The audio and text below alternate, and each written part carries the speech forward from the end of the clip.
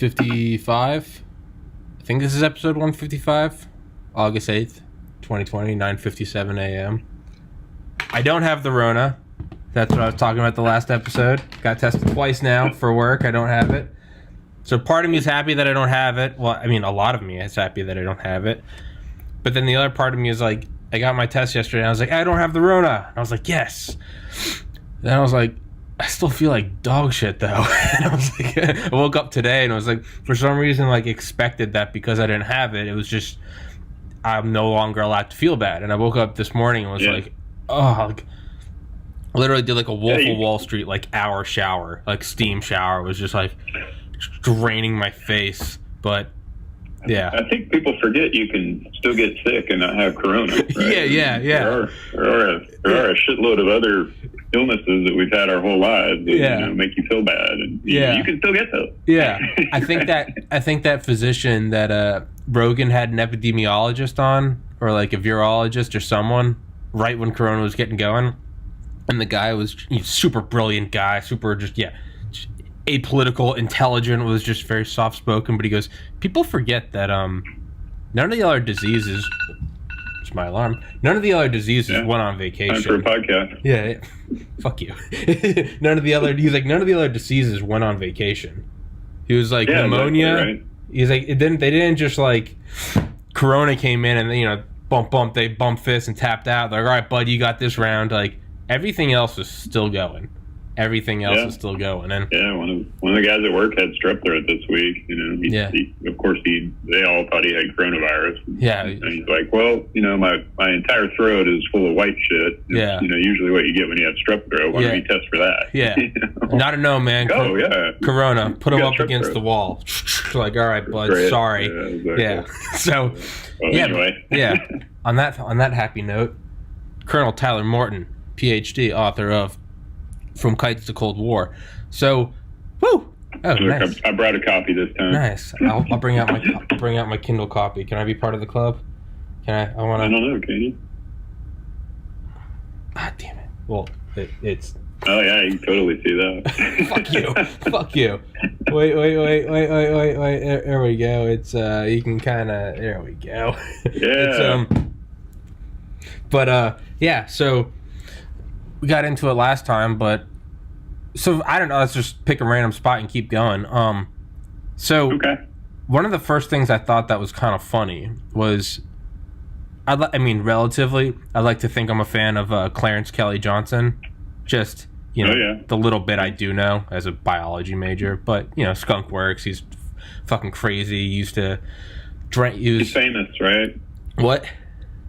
He's famous. Oh, dude, In Skunk Works by Ben Rich, they actually talk about how he was with some Navy guys at some Air Force base, and they were just getting lit up one night till like 2 a.m, drinking a bottle of White Horse. I just remember that name. And he bet him. He's like, when is the Navy gonna purchase a U-2?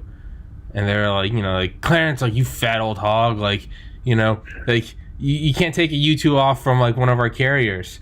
And so literally at like 2 a.m, he went out and like had some of the airmen like flip the lights on the runway, and they paced it out. And in my mind, I just have this like image of just like these drunk as fuck guys with a Kelly Johnson. They're just going foot to heel to toe.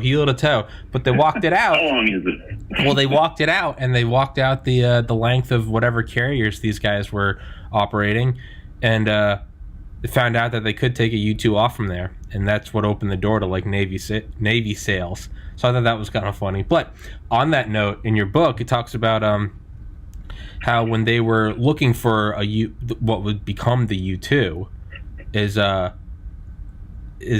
they had all these entry or these contract bids between 3 different companies. But then you said, I don't know why I was trying to explain this to you. I'm like, wait, you wrote the book. But then there was another bid from someone that an unsolicited bid, and it was like it wasn't Clarence, but it was one of the guys from Lockheed, and apparently there's some I guess red hot guy named Clarence, and he said he can do it better. But I don't know why. That doesn't really have anything to do with the Korean War, what we were going to talk about. But that made me laugh out loud. It was just like, unsolicited, and I was like, as soon as it said unsolicited, I was like, I bet it's going to be Clarence Johnson. And they're like, it's from a small company called Lockheed, like back when it was like Lockheed Marietta. I was like, I knew it. It was just unsolicited. But it's kind of cool you could do that back in the day, right? Oh yeah. Just, you know. Oh yeah. They put out. I mean, they still sort of do, but there's like, you know, not independent companies that can pull off a multi-billion-dollar project. Oh yeah. These days. Oh yeah. Right, but back then, yeah, they're like, you know, Lockheed was. I mean, they had obviously established themselves by that point, but not in the, you know, airborne ISR kind of business. Lockheed or Martin or Johnston was just a genius. Yeah. You know, with design, and they already had the engine that he knew could, you know, meet the requirements. And yeah, it's funny that. I mean, if you carry that thread forward, we can talk about it some other time. But yeah. I think it's hilarious that once they get the airplane and it's, you know, it's established that it's going to kick ass, they go talk to Curtis LeMay, you know, and he's like, fuck that, I'll just use the B-36. I don't need your thing. Yeah. Get out of my office. Yes, dude. You know, that whole story of them, you know, flying out to Omaha to Strategic Air Command to, you know, brief the cigar chomping Curtis LeMay. Yeah. You know, and he literally throws them out of his office. Yeah, he's just get the fuck out. He's just basically, right? Like, I don't need that. I got the B-36, which, you know, if you're familiar with that thing, that's just a massive, monster. The monster. 6 burning or 4 burning, 6 turning. Slow. Yeah. You know, eventually they put some jet engines on one side to make it a little bit faster, but that thing's just huge. Chugging along, taking pictures. You know, the RP-3060. Can you know, LeMay's like, nah, I don't need the U2. I got this thing. I got whatever I want. You're gonna hate me. Can you take out your AirPods? It's coming through muffled. It's not you. It's my shitty connection. Let me kill it here. No, you're fine. I apologize. There we go. Yeah, no, you're good. I still don't have it down to a science. You'd think that it's for some people, they put in AirPods and it comes through crystal clear, like right next to my ear. Other people put it in headphones and it sounds like they're talking through water. That's my bad. But was it LeMay that flew out to Skunk Works, I think, and I thought he flew out and had them brief him on what was, I think at the time, the A-12, but would come to be the SR-71. And Ben Rich talks about it, and he says he comes out and he's almost in like the pure ego LeMay that we know and love. He almost like didn't want anyone to know he was there. It was like seeking help from people, but he like didn't want anyone to know. And he asked for and he was like, you know what, give me 10 of them. Give me 10 like for the Air Force instead of just the CIA, because LeMay fucking hated the CIA. And apparently Ben Rich goes, would you like, because they were putting on air-to-air missiles, like look down, shoot down, like years before anyone else. And they also even had plans for a 2,000-pound kinetic bomb. So just like, no, not even a JDAM, but just, I guess, I don't know, from 85,000 feet in Mach 3, that thing packed a punch. Yeah, dumb bomb, just drop it. Yeah. Try to do the math on that target. Yeah, I know. Land. yeah, I know. I mean, I guess if anyone could figure it out, it'd be Skunk Works boys. But they go, what about the bombers? And he goes, what about them? And he goes, would you like to order some of those? Apparently LeMay turned and he goes, we haven't ordered those yet? And it was just like, just completely dumbfounded. But yeah, so, and you got to guide me on this, so you're the expert. So I'm just trying to throw out everything I remember. I was going to say, the other thing I love is you got to love that just like American, well, I don't think it was necessarily Eisenhower. I wrote down the name. Was it Leghorn? But it was the idea that it's like, so we can't like, because they did what was the Korean War strategy for ISR? They said you said in your book, you'd have someone go and almost distract them and then scream towards the border while the other ones took pictures. Yeah, there was a lot of that going on. They would, that was more Vietnam, where they were hiding ISR, you know, in the F-86 packages. And some of them would be ISR airplanes, and they kind of all go out. And then, you know, the ones who weren't were kind of decoys, and they'd peel off to take the MiGs with them. Yeah. And the other guys would go up into China and, you know, take pictures and stuff up there. Yeah. Just the fucking, This Wild Wild West, it man. really was, though. That's the imagery I'm getting from it. It's just sort of like, fuck it, do it live, almost. Just like, Yeah, right. all right, like you like go time, like, right? It's, it was they're like, well, we can't, like, they're gonna shoot us down, but we still need to get this, so we're gonna build the U-2.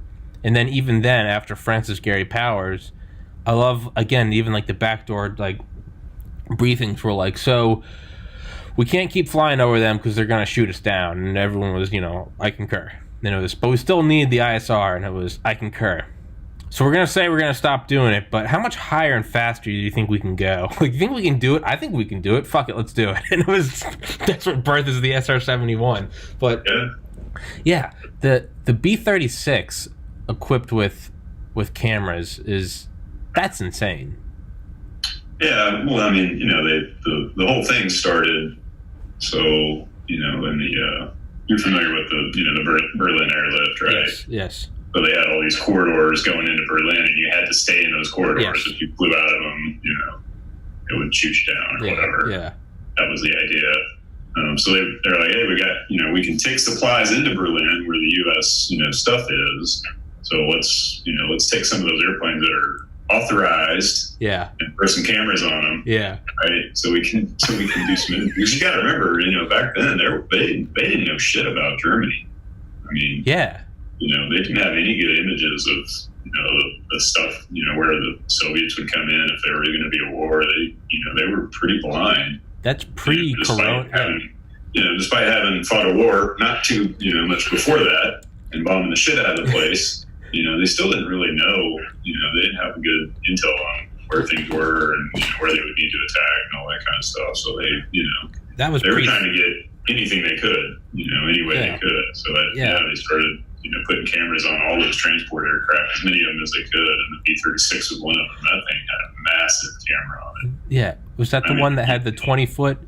20-foot thing. That ended up being on the C-97. Okay, yeah. The one that took pictures of New York. Had some other big, huge cameras on it. They're just, trying to conceal them with, right. Yeah, literally. It's just fuselage and, Nope, it's just grain and flax. Don't look here. Meanwhile, you got like a whole like Kodak team back there. like, all right, do we got it? And yeah, he said took pictures of people in Central Park from 70 miles away. I guess that makes sense. Yeah, put it in the corridors flying into Berlin. That way they could look as far into East Germany as they could to try to see, what the heck was out there. It is, because there's a great little like blip on the Berlin airlift in Richard Rhodes' Dark Sun, a book about the hydrogen bomb. Oddly enough, there's just a chapter on the Berlin airlift. But they talk about going in there, and it was just like, yeah, I mean, we never left the planes because we were scared we were gonna get shot. And talking, and they're like, we come in really foggy days, and there was an apartment right at the end of the runway, and it was kind of the running joke, who's gonna take out like the top floors of the apartment. They're like, luckily no one ever did, but they're like, there were a couple times where you'd be coming in like just beneath the clouds, and said you'd feel your butt kind of close up because you're like, there's like the HVAC system, just like banking right over it, like. Okay. But Germany, I don't know if you've ever been there, but Germany in the wintertime, that's no fun. I mean, it's always cloudy.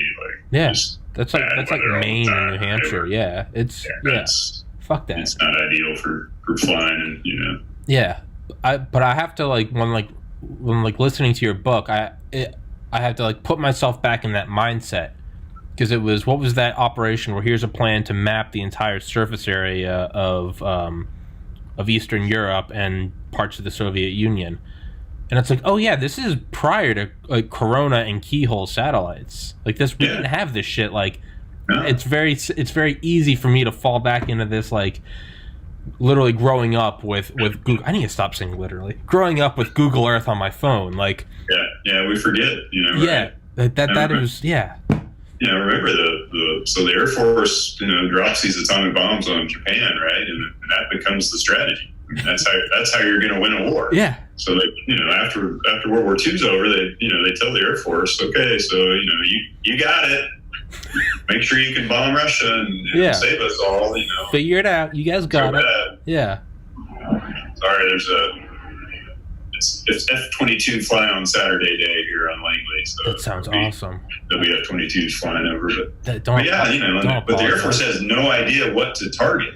Yeah. Nothing, right? And that's why they were trying to get, they're interviewing dudes who left Russia. They're interviewing German scientists. They're just trying to get any targeting information they can because they have no idea what's actually in Russia, in the Soviet Union. No, it is. So go save us. Nuke the hell out of the Russians. Yeah. But have fun figuring out what to target, right? So that's really what prompts all of this imagery stuff. Yeah. We can also see how that leads into like stockpiling. What do we have to hit? Well, accuracy through volume. If we just hit everything, all right, build 70,000 weapons, go. But I remember watching this video a couple of years ago, and it was this guy a gentleman that's since passed away. But he was on B-36s in Korea and I guess before and after. But he's walking this like interviewer through. I'll send you the video if I can find it. I can find it. I'll send it to you. But he's just an old dude, and he's like walking through the B-36. It might have been the one that he used to be on, but it's at like some museum now. And he's telling stories about everything. And he's like, yeah, one time he's like, I remember like they put cameras on it instead of like bombs. And LeMay told us that we were going on like our squadron that we were going on like we're going to be doing like a simulation near Russia.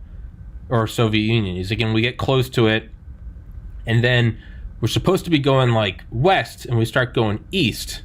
He's like, and I asked the pilot, I was like, why are we going east? And he's like, we're not. He's like, so I just nodded my head and was like, okay, we're not. And he goes, it was a little eerie because we turned off all the radio equipment. And it was just like, he was like, so that's when I realized that we were going a couple 100 miles into the Soviet Union. But he's talking about it, I'm like, okay, that's badass. He goes, yeah, so we were way up there. And the guy goes, how high up there? And he goes, we were at 63,000 feet. And that always stuck out to me. Probably not. Yeah. I'm not sure. Is that a fishtail? Is that an old guy maybe remembering it a little? Not that it's not insane and not trying to like shit on him, but that's what I would expect. I don't think they could go that high. It's pretty high. He's probably up there pretty high. Probably probably not that high. I mean, like, how high was he? Was he Willie Nelson high, or was he 63,000 feet? And it's right. I mean, there's no way that doesn't like skew your memory a bit. Like you're in the Soviet Union on a hair trigger where nukes could go off. Probably skews your memory a bit, but that's just such like a badass imagery of like equipping this shit with cameras going in just so we can peek left and right. It's insane. It's absolutely insane. Yeah, they had no choice, really. Yeah. Wild West. Such a big country, and everything all over the place. They could, they try. You read the book. They tried, as much as they could, because nobody actually wanted to fly over the Soviet Union. No. I mean, that was, when Eisenhower finally, I guess Truman did before that, but when they finally decide, okay, we're gonna fly over Kamchatka, or we're gonna peek over whatever. Those are rough decisions for the president. He didn't want to do that at all because he knew, all of them knew what would happen in 1960 when Powers gets shot down. It all comes to fruition. Here's what happens when you get shot down over somebody's country. Yeah. Right. There had been shoot downs along the way, which you read about. Most of those were over water. Mm-hmm. Right. So, I don't know how loud it is to you. Yeah, I can hear it. I can hear it perfect. That's awesome. But that's why they wanted it to be the CIA, right? Is so that it wouldn't be the military. That was Eisenhower's thing, right? He's like, okay, we got the U-2. You guys have told me it can't be shot down. This is 56. Yeah. Right, 1956. You guys have told me it can't be shot down, which it didn't for 4 years, right? But I don't want this to be a United States Air Force thing. Yeah. We need to have some kind of cover. Yeah. So they come up with the weather thing, and all that. yeah, those presidents, they labored over that decision to actually send guys over Russia. We were pretty sure that some dudes had been doing it before anyway, just because, kind of like you were saying, right? Yeah. How could you fly over the Arctic, back in 1948? Yeah, Admiral Byrd. No GPS. Yeah. And not stray into somebody else's territory. Yeah. There's just no chance. Yeah. Again, but just think about that. They didn't have GPS in their airplanes either. Let alone Google Maps, right? They just had a little pack of amphetamines and like some water and like a piss tube. They're navigating by stars, or Christ. And that you read that in '47 when they first started doing that, that mapping of the Arctic, they didn't know what was up there. They had no idea. Okay, we're gonna, we feel like the Soviets probably are putting radars along the Arctic to watch for our bombers and stuff. We don't know. Yeah, they're just flying, looking for anything. Yeah, that's a massive territory up there. Yeah, there's insane shit. It's from one of James Bamford's books. He has several good books on the NSA, but he talks about these hidden histories that like neither side could ever acknowledge, but they still happened. Yeah. But one of them was like the Soviets had their listening posts way up there. The U.S., I believe we still have one in Alert Nunavut, but we had them way up there to the point where like we would, and it sounds like the old guy saying I was 63,000 feet up. It sounds like this story, but I mean this is in this like New York Times best-selling book. This guy was like, we had these NSA bases up there, and there were times where, I mean, it sounds like some Indiana Jones shit, but where like it was getting warmer in the spring and we were on like the outskirts of, I guess, like the ice caps. So, the parts that would break off and then, freeze up again as the seasons came and went. But they started to split apart where we had like our posts, like our listening posts. Oh, wow. Yeah. And so like, it was like, and it sounds cheesy. It sounds cheesy, but it was like, these guys were like, I remember we were grabbing like all the magnetic tape and like throwing them across like the breaks in the ice, and we finally got on an iceberg or something. Yeah, and we finally got to the biggest spot, and that's where the plane could pick us up. But it's like, meanwhile, they would be watching like the Soviets do that too, and like neither side was gonna help each other, so you'd see like guys fall into the water, and it was like fuck you, and like it's just insane shit. But yeah, it's it's insane. But yeah, because that's another thing that I remember when I first learned that. Maybe it was like high school. I remember reading about it, but I never thought about that. It was like, oh no, if there's like a nuclear war, like everything's coming over the pole. Yeah, like it's just shortest distance. Like, right. Yeah. So yeah, it's our view of maps, is skewed by looking at them flat. Yes. Right? Well, the Earth is flat, Tyler, and if you don't agree with that, then I'll end this podcast right now. I forgot. I'm sorry. Yeah, you're good. Hey, right. Not everyone's as smart as us flat earthers. Yeah, but but yeah, we look at straight lines on maps. And, unless you look at the globe, right? You're never flying in a straight line. It's all like a curve. Yeah, everything was and still would, right? Yeah. We still have B-52s. Yeah, that's insane. They still have Tu-95s. I mean, those are Cold War era bombers that still have kind of the Soviet equivalent. You think the same missions, right? Yeah. Go drop some nukes on the other guy. In the event, there's a triad, right? So missiles in the ground and bombers. Yeah. It's been that way for 60, 70 years. Yeah. I was just watching a thing the other day about the triad. I had like Casper Weinberger from the Reagan administration, and he's talking about the triad. And actually, that has nothing to do with what we're talking about. I got really into SDI over the weekend, or the past couple days. Yeah. That's cool. Yeah. SDI, that's an insane thing for another episode, but a little upset when I looked and I was like, okay, well, I know Reagan's dead and I know I can't get him on the podcast, and I was like, maybe Casper Weinberger. Nope, he died in 2005. So but General James Abrahamson, the guy that was in charge of SDI, is still alive. Is he? Yeah, he's 87 years old, and he's actually the chairman of some company. He's still, I guess, active and just, yeah. So that's what I need to get. But, yeah. So let's talk about Korea a little bit. Yeah. So think about where we'll stick with the Air Force because that's what I know and love the best, right?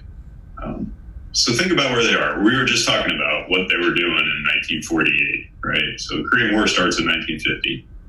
So, World War II is over in 45. Air Force is told, okay, we got atomic bombs now. That's how we're going to win wars. Figure out how to destroy the Soviets, if it comes to that. And people thought it was going to come to that. Mm-hmm. Now, it's easy for us to look back on it and say, whatever. Yeah. That was never really going to happen, or But those guys who lived it, they really thought that it was going to happen. Most people, isn't like the majority of adults thought that they would die by a thermonuclear war. Yeah, you've seen the video. Yeah. You've seen, they actually felt that was a threat. Yeah. That it was going to happen, and it was. I mean, it was. Yeah. It was there. So the Air Force, in 1947, when it, finally breaks away from the Army, to 1950, at least in the airborne ISR business, which is where I'll keep my expertise. They're just trying to figure out what to target in Russia. Yeah. What can we bomb with nukes if we have to go to war with Russia, right? And then this little problem starts in Korea, out of nowhere. So you got a very nascent airborne SIGINT capability, and that when I say nascent, I mean basically what they did in World War II. Yeah. Take a radio with you, get on the airplane, listen, hear what you could hear. I mean, it developed a little bit, but it was still, it still wasn't anywhere near what we ended up doing. So Korean War starts, and the Air Force sucks. I mean, let's be fair. Yeah. Right? And NSA, I mean, at the time, they were called the Armed Forces Security Agency. I think they were still AFSA back then. Yeah, they were. NSA's predecessor. They had no Korean requirements. They had no Korean linguists. They had no, they just didn't have a Korean capability. No dictionaries, nothing. Right? So, and that's a theme we kind of talked about in that first podcast we did, is we're never ready. No. Yeah. Teams on the intel side, we're never actually ready for, the conflict that we get. Yeah. Right? So they're all focused on Soviet Union, which rightfully so at the time, but when the Korean War starts, they got nothing.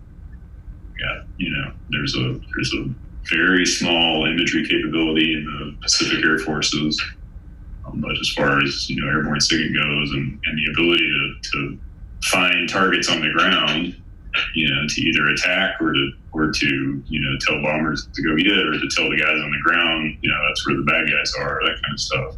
They are in terrible shape when the Korean War starts. So the Air Force has to flex. It's got to Truman tells them, okay, this is the full effort, let's go, right? And I think that story of how they go from what I just described, which was basically nothing, mm-hmm. to the end of the war, where they're I wouldn't call it a robust capability, but the end of the war, where we have tons of airborne ISR imagery airplanes in the business. They bring this guy in named Pop Polifka, who was a World War II airborne imagery guy. They bring him in. He's a wizard. I mean, he's a great leader. He's an organizer. For a lot of, if there's any Air Force officers listening, our big auditorium at Squadron Officer School, where we all go for our first, kind of captain level professional military education, is named after Pop Polifka. It's Polifka Auditorium. Everybody goes to it. We call it the Big Blue Room, where everybody goes to sleep when people are lecturing. But most people don't know, what he was. He was an airborne imagery guy, and he leads that airborne imagery effort in Korea. Stands up, all these squadrons, figures out how to get the requirements, the targeting requirements, the imagery requirements from the guys in the field and the various people out there that need that imagery, and then develops this pretty good system of prioritization, figuring out what the most important targets are. Because just like today, there's always more requirements than there are capability. Sure. And somebody's got to figure out, okay, what are the prioritizations of these targets, and POP, figures that out and comes up with a pretty good system. And I would tell you it's pretty similar to what we do today, where you rack and stack the requirements and figure out what you're going to image. And then he develops, a way to get the images to the customers, which, we're talking 1951, so you're not sending them over the internet. Yeah. Right. So he sets up a pretty good system of couriers and, ways to get the images out to the guys in the field and stuff, which, that's pretty remarkable. If you think about what they start with in 1950 and what they end up with at the end, it's, that's a pretty interesting story when it comes to the imagery capability that they develop. He's kind of like, he's like the ISR LeMay. Because if you ever read about like LeMay's, like, again, we know, cigar Trump and LeMay, get the fuck out of my office. But like, have you ever read about like when LeMay took over SAC? He goes in there and he's like, nothing was combat ready. Apparently he went in and was like, let me see like your bombing records, and they're like, or your bombing numbers, and they're like, oh, we're perfect, we're hitting everything 100%. Yeah. But he found out they were doing it from like 1,500 feet. Not 35,000, and right. It's like, and they were just doing like barges out in the ocean, where it's, everything else is blue, and then there's one black target, and it's like, just hit that. Yeah, and they would take off from let's just say Omaha and fly out to western Nebraska, hit a target, and come back. Yeah. Right, and LeMay's like, that's not war. That's not war. You take off from Omaha and you're going to go hit a target in Russia. Yeah, yeah. You're talking like a 24-hour sortie. Yeah, yeah. And they're like, oh, numbers are 100. And he was like, I don't believe you at all. And so yeah, that's when they started doing all the faux bombings of American cities. And side note, did you know that apparently Baltimore and San Francisco are the most similar at the time to Soviet cities in terms of layout? Yeah. I guess there was a difference. I don't know where that would stem from. It doesn't seem like it would be climate, because San Francisco, but like apparently the layouts of Baltimore and San Francisco were the most similar to USSR cities.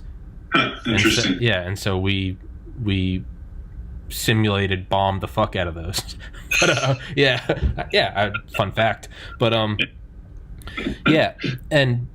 he goes in there, and apparently he went through he just went through, I don't know what the correct terminology is, I guess base to base. He just from the bottom up and just worked through them all and turned it into this lean, mean fighting machine, and then went over and kind of, I guess, broke some international laws, but with the agreements of like France, but went in and put in all these, he had like rings of bases to hold back if the Soviets decided to just bulldoze Europe. But he went in there and it was all not officially legal. So in pure LeMay fashion, he sends over his like good old boys, but they go over and they're just in civilian clothes. They get trains and stuff. And it's all these American soldiers, but they're just in like flannel and jeans.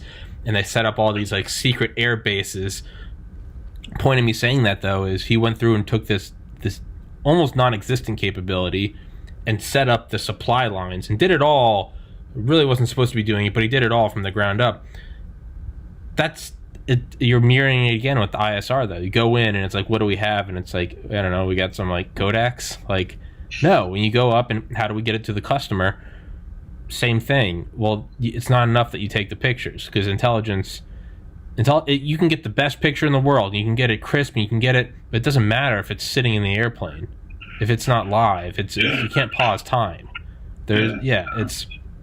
So it kind of sounds like a lesser, admittedly to me, a lesser known but equally important kind of LeMay. It mirrors, I don't know if I'm getting my point across. It mirrors the same setup, picking it up from the bottom, building it through, building the backbone of it, and really bringing it up from the ground. Oh, yeah. Yeah. those opportunities are rare. Mm-hmm. Even through the history of the Air Force, there aren't that many times where these things happen. Yeah. Kind of like you described, where you have nothing and you have a requirement now. It's usually because it's forced on you, right? Whether that's voluntold, because you got to conduct nuclear war, or in this case, it's because we're part of the United Nations and we're going to support South Korea in the Korean War. Yeah, Pop Polivka, he's one of those guys, and I'll tell any historian who wants to hear it, we have, the Air Force is fascinated with certain figures, right? We love our Hap Arnolds and our Billy Mitchells and, that kind of stuff. But there are guys who are, underappreciated, like these guys, like Polivka is just one that comes to mind. I think I talked about Benny Foulet in the first one. Guys who were incredibly instrumental in the success of the Air Force. Remember, 1950, we're still, the Air Force is 2 years old. Yeah. Right? Of course, we've been flying for a long time. Yeah, but that was Army. Our way out. Yeah. But, as a service, it's not really established, and there's still plenty of people, especially in the Army, who want to just get rid of it and take it all back. There's still people today that want to get rid of it and take it all back. I was going to say, for anyone listening, we were talking about earlier having to put ourselves in the mindset of back then. Air Force is 47, so this is 50. They're basically like Space Force in a way. Space Force is what, maybe a year? Not even. Yeah. It's pretty much this, and it's branching out from a previous thing. Yeah. That's exactly what it is. So we look at it now and we're like, Air Force. We're like the fucking Air Force, But it's 2020. It's been 73 years. Right. So sorry. Yeah, I cut you off. Sorry. Yeah, let it go. We got it. We're independent. We're not going back to the Army. Yeah. But the point is, they're still trying to establish themselves,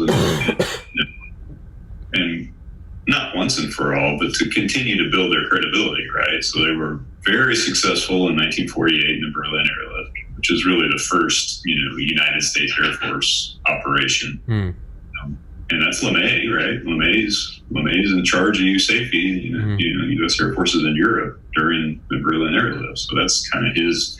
There's a lot of guys who made it happen, but he was the boss, so he gets credit for that, right? Here 2 years later, now they're in a shooting war, and they got to figure out how to be a credible part of the joint fight. Yeah. They got Marines, they got Army, they got Navy. It's a combined effort, and guys like Pop Polivka make it, give the Air Force the credibility that it needs and makes it successful.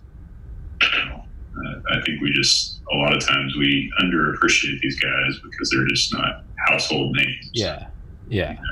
I have a list of Air Force guys who need biographies written on them. That's what you need to do. And whether it's a whole book or just an article or that kind of stuff, but Pop's on the list. Yeah. There's, if you go Google Pop Polivka, you'll get a Wikipedia entry. You'll get some references in books like mine or whatever. But the actual story of that guy, and remember, he's a World War II hero. Yeah. He's an airborne guy in World War II. Takes tons of pictures, does a whole lot of stuff. But there's not even an article that I'm aware of that lays out his life and what he actually did for the Air Force. So, sorry, soapbox kind of thing. No. I'd never. The point is, there's literally never heard of guys throughout the history, not just the Air Force. I'm sure every service has them. That needs some attention, and that's kind of why I focused on Polivka with Korea, in the book, because I wanted more people to know about the story, especially Air Force officers who every one of us go sit in his auditorium and take naps. How many of us actually thought, who the hell is this named after? Yeah. Because Polivka's a weird name, right? Yeah. It's not Smith Hall or something. Yeah, it's not not Roosevelt or Vanderbilt. It's not Mitchell Hall or somebody thought this guy was worthy enough to name the auditorium where every single Air Force officer goes to Squadron Officer School. They name their auditorium after him, and that's important. But you can't find a good history of who he actually was. So anyway, no, I was going to say it's not a soapbox thing because, again, someone with a biology major, but I'd like to think I know some stuff about the Air Force or the history. I had never even heard of his name before you. Of course not. Yeah. So it's not even like I heard it, but I was like, I'm not that well versed on it. I had never heard the name before, man. Yeah. So no, it's absolutely that's I don't think that's a soapbox at all, or it is a soapbox, but it's a fucking justified one. Yeah, it's it's good. So there's just guys that we need to there's history that's out there that hasn't been fully explored yet, really, and Polifka is one of those guys that we probably need to pull the string a little bit farther, and get it out there so everybody knows the story. And well, it's also what he did. I mean, think about the importance of ISR. Let's use an example. The Bison bombers, where we thought there was the bomber gap, right? Because the Soviets flew the same ones over their city in pure Soviet magic, and just they have 10,000 of them, and then we go and find out they don't. But that's the value of surveillance is. Oh, we see that they don't actually have these, and like you said in your book, it, quote, gives the Eisenhower administration some breathing room. Back to what you were saying earlier. Hey, Air Force, you're going to bomb. This is how we ended a war, A-bomb. So what you're going to do is just gear up with A-bombs and take it out of Soviet Union and, what do we say, accuracy through volume. So to tie that all in is, well, Truman actually wrote in his journal that he believed that the Korean War were the first shots of World War III. It was either he said that or his daughter said that his dad said that. Regardless. So to tie all of that shit in together is, I mean, this guy created the capability to see farther in, literally and figuratively, and to sort of offset that. You see the Bison bombers, you realize, oh, there isn't a bomber gap. It's the same thing.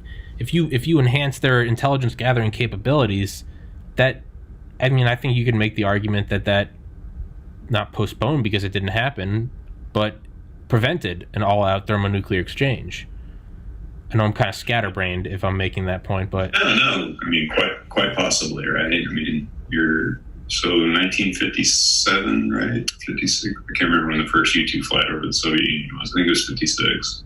So it might have been 57, but July 4th, 56. There's a full-on arms race going on. Yeah. At that time, right? We had a few years after the war where the Soviets didn't have the bomb, right? And then they got it, and then everything started escalating. I don't know if you've watched some of the crazy videos from the hydrogen bomb experiments and all that kind of stuff. Fuck yes, I have. If you haven't seen those, get on YouTube and look at some of those big hydrogen bombs. Those ain't A-bombs. No, man. So so things are ratcheting up incredibly, right? And the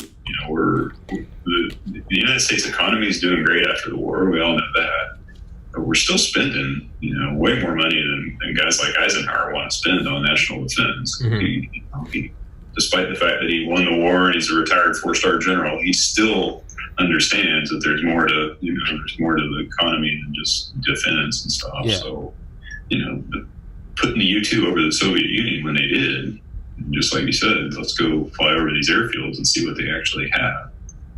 It slows everything down for us because we know that we're not losing. We know that the Soviets aren't just outdistancing us, outpacing us with all these things. It does. It buys them time. It gives them that strategic advantage, to just kind of chill out, figure out how we're going to move forward. And the Soviets don't have that. Yeah. Right?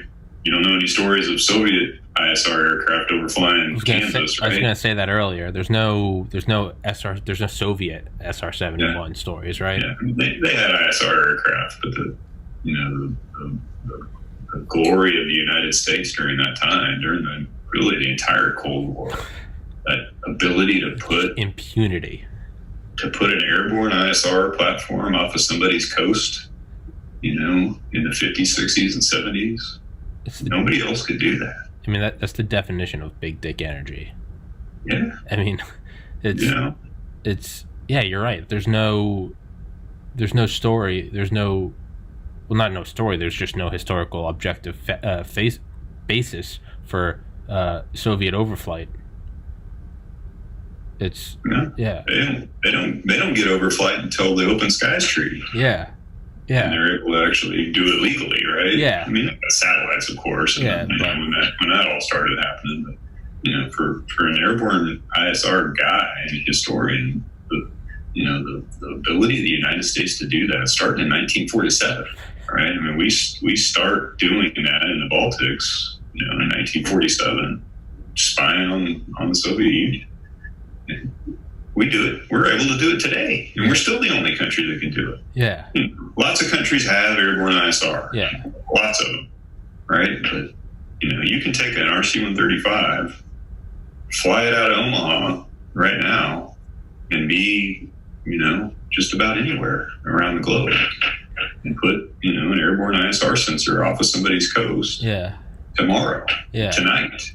Yeah. And there are very few countries who can do that. We can name them on one hand. Yeah. We can probably name them on two fingers, and the other one's an ally of ours who flies the same airplane. Yeah.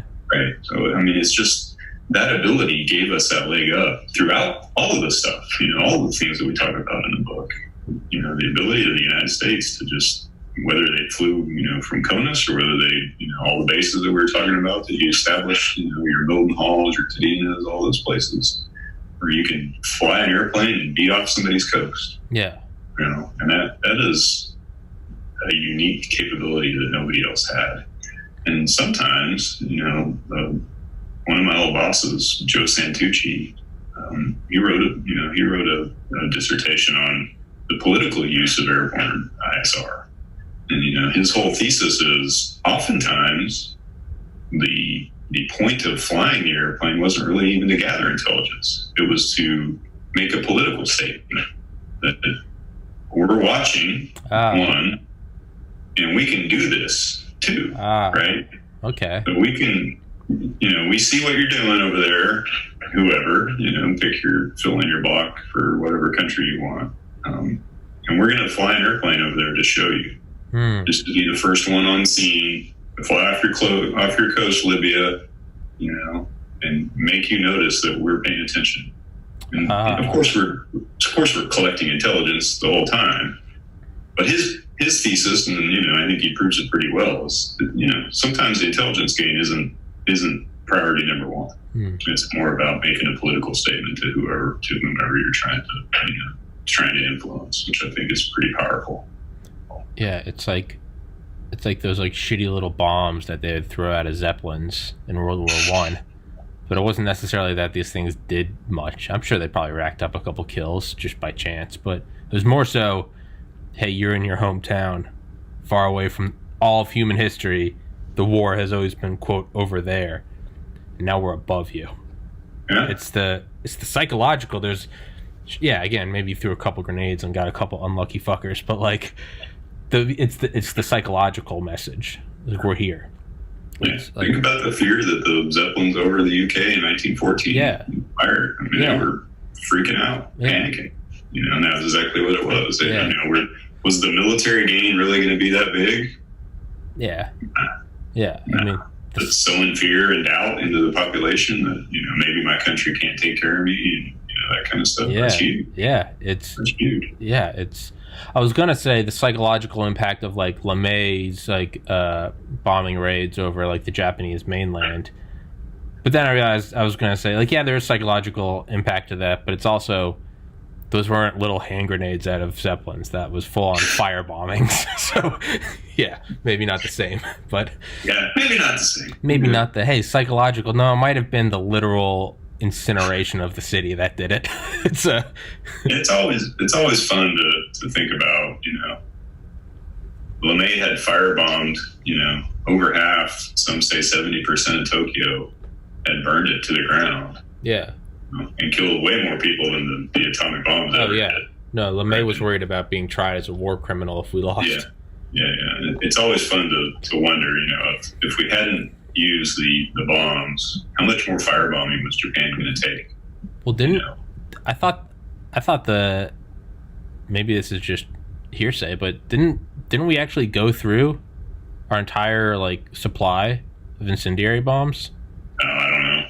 I think that was part of it, was we didn't have any more. We could have, the American war effort, this is World War II, we can make some stuff. Oh yeah, I was gonna say, that wasn't the problem, man. It was, we fucking, what you want, man, we got it yesterday. Yeah.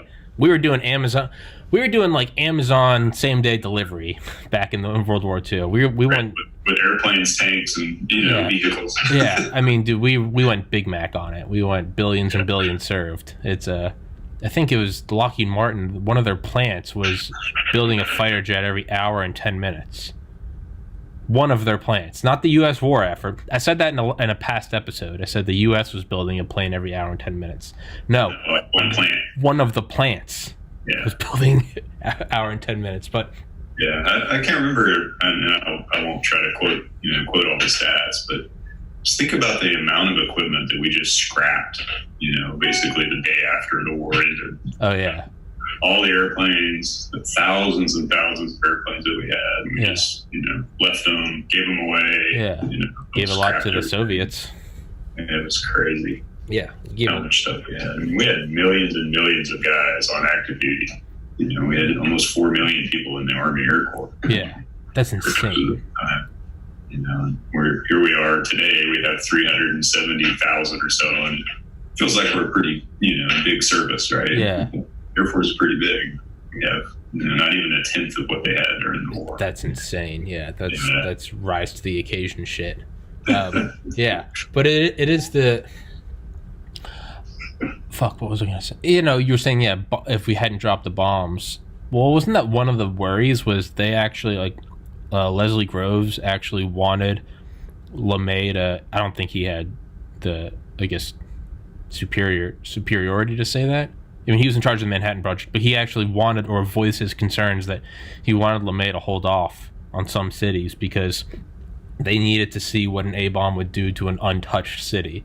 Because if you dropped it in an incinerated Tokyo, how do we know what really happened? Yeah, I've heard that before. That they wanted to hit, pristine cities so they could see what the effects of it really were. Yeah. And then, they picked a couple of them. Yeah.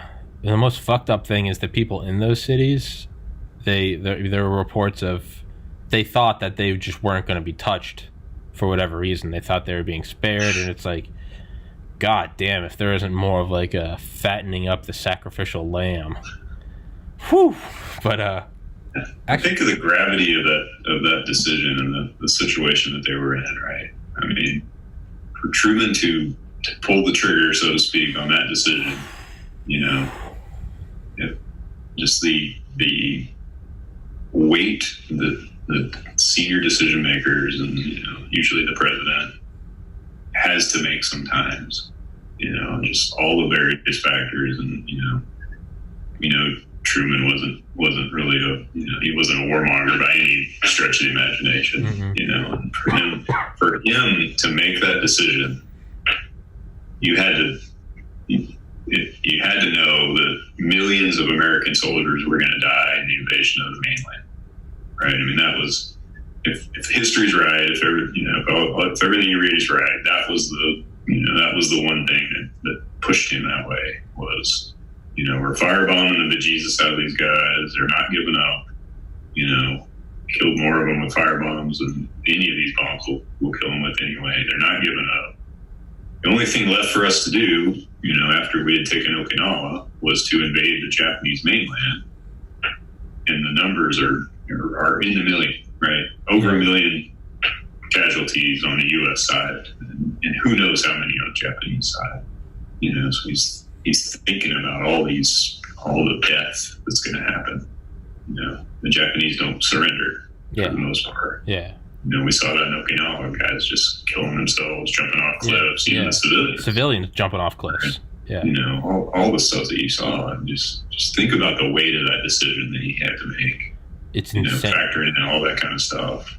It's insane. I mean, I always argue for the droppings of the A-bombs. I know a lot of people argue against it, and that's a great argument to make. It's but one thing I always point to is I feel like I almost don't have a choice because my dad's dad was getting ready to go be part of the mainland invasion. So I very much wouldn't be here. Yeah. I mean, he might have survived, but I mean, come on, 18. Yeah, who knows? Go get him, kid. Here's some lucky strikes and say a prayer. Yeah. Fuck that. Yeah. But I think you have to appreciate that Truman was also worried about the Japanese casualties. He was. He absolutely was. He he knew there was going to be millions and millions of deaths on that side, not just, the military on the U.S. military side. He knew it was just going to be. Well, he said that leading up to the hydrogen bomb, when they were arguing, do we need the hydrogen bomb? Or no, sorry, when didn't we send a bunch of nukes over to Korea, but Truman kept the cores in the United States because he didn't want them to be armed. He didn't want some guy trying to make a name for himself to drop a nuke, MacArthur. But he said, when asked about this, and there's like an exact quote where he said, "You have to understand these aren't weapons of war." And they're like, "How is this not a weapon of war?" And he's like, "These are weapons of extermination." He was like, you take out women and children. And another exact quote, not exact quote, but I know it's a quote from him, but I'm just not going to get it verbatim, is when asked why we didn't drop the third, because we dropped the first August 6th, 2 days ago, and then we dropped the second 75 years ago tomorrow. There's just 6, and then you go 7, 8, drop another on the 9th. We waited like 4 or 5 days before they surrendered. So logic would say, well, then why don't we wait 2 more days and drop a third? And apparently Truman said, I just couldn't stand the thought of all those kids. So like this wasn't LeMay. Like, LeMay, for better or worse, probably wanted it. That's a bold statement, but I mean, JFK said you don't want LeMay making the decisions, but you want LeMay leading the charge. Yeah. Truman was very much, being a World War I veteran, but he was very much like, this is, you got to understand what's going to happen. This wasn't wasn't a rah burn them all. This was, you got shitty outcome 1, shitty outcome 2. Yeah. Which pile of shit do you want to eat? Yeah, and I think even LeMay is executing the mission that he was given. Yes. Right. Yes, it's very easy for me to have the luxury to say LeMay is a warmonger. Yeah, to incredible efficiency. Mm-hmm. Right. He was very good at what he put in place. I love LeMay. I don't want to misconstrue that.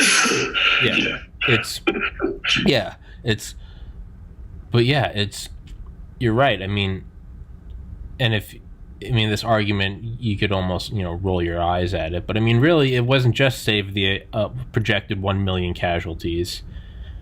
I mean, how many Japanese were going to die? Like, how many were going to die? They were training kids to put bombs on their chest and roll under tanks. Yeah. They were handing out sharpened bamboo sticks once they didn't have any more guns.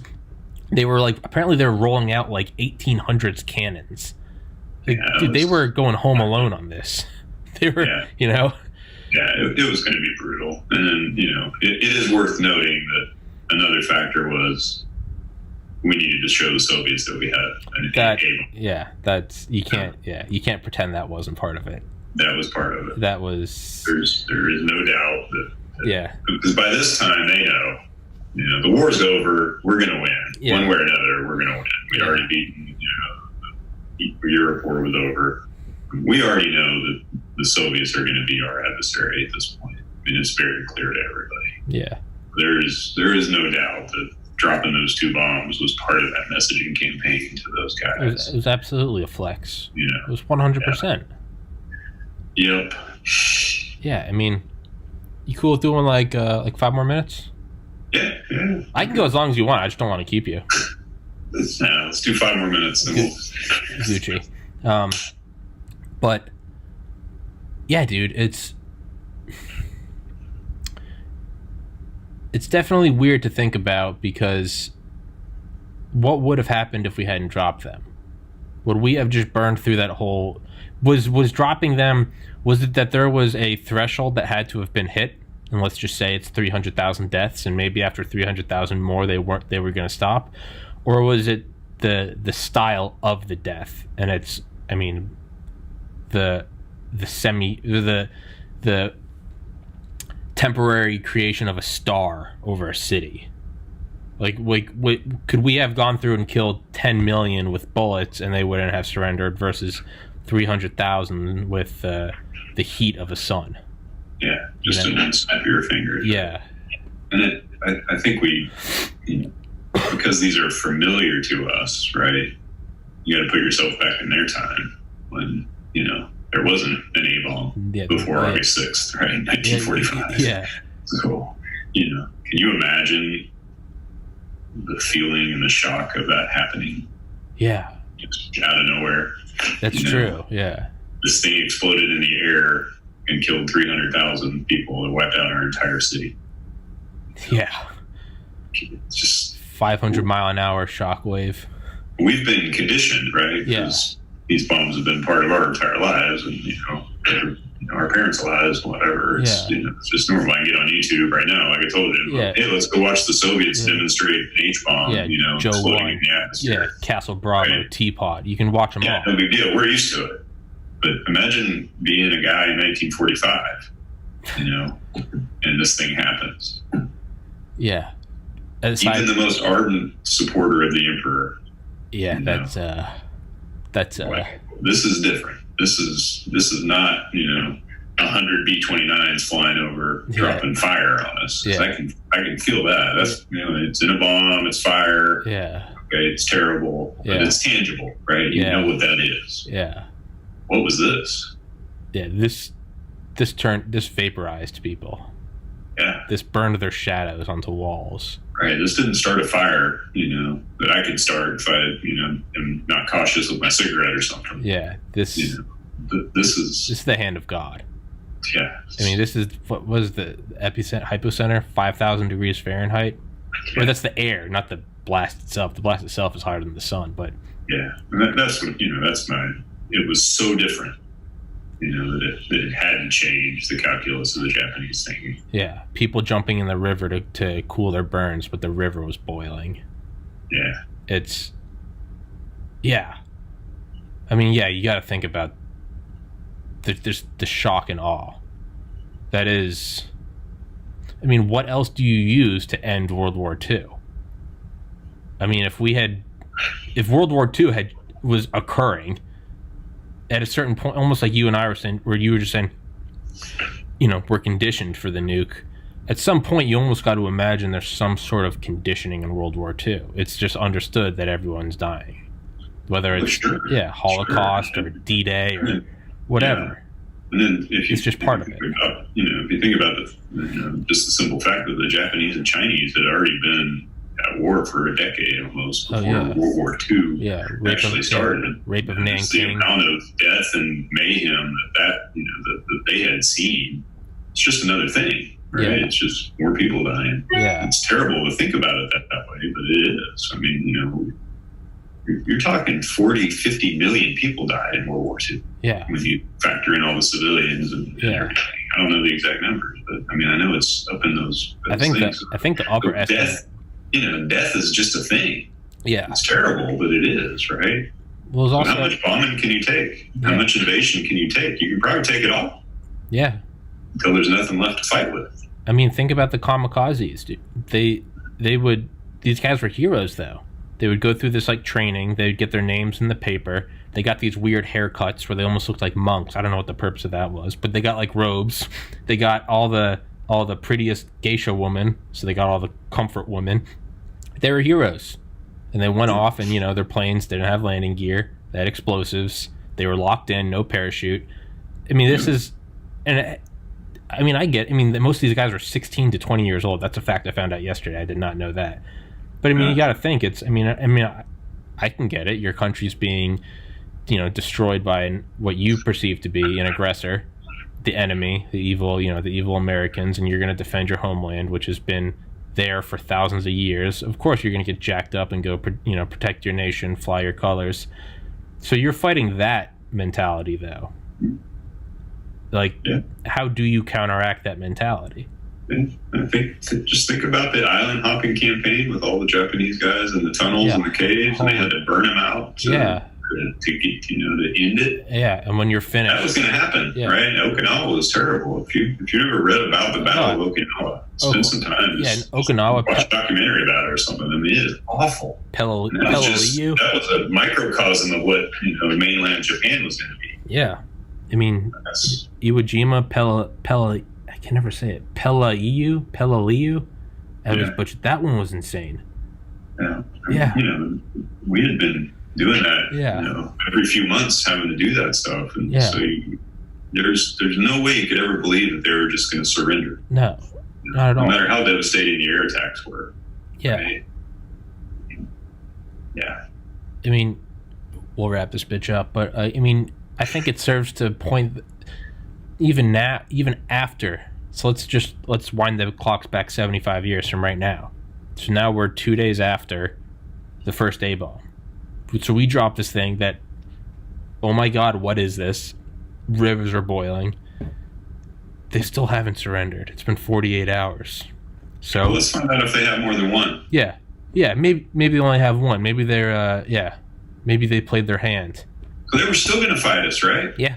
So tomorrow, August 9th. After we bombed Hiroshima. Boom. They're still going to fight us. Yeah. Second one. Okay. Now, from our mindset, we're like, we just got them with two. And from their mindset, they're like, okay, they have more than one. So we know that. But now a couple of days are still going by. Now you're at August 10th, 11th, 12th. I mean, I think the shock has to be equal. From not only from the Japanese side, what are these weapons? Can you imagine the American side? It's like, I can only imagine them like looking at each other like, are they still going? I mean, that's got to be some like Rocky shit, you know? It's about how hard you can get hit and keep going. It's like, so I don't know how yet. After 2, they still didn't, like, that's probably the most insane fact of World War II, is after 2, they still held out for a couple days.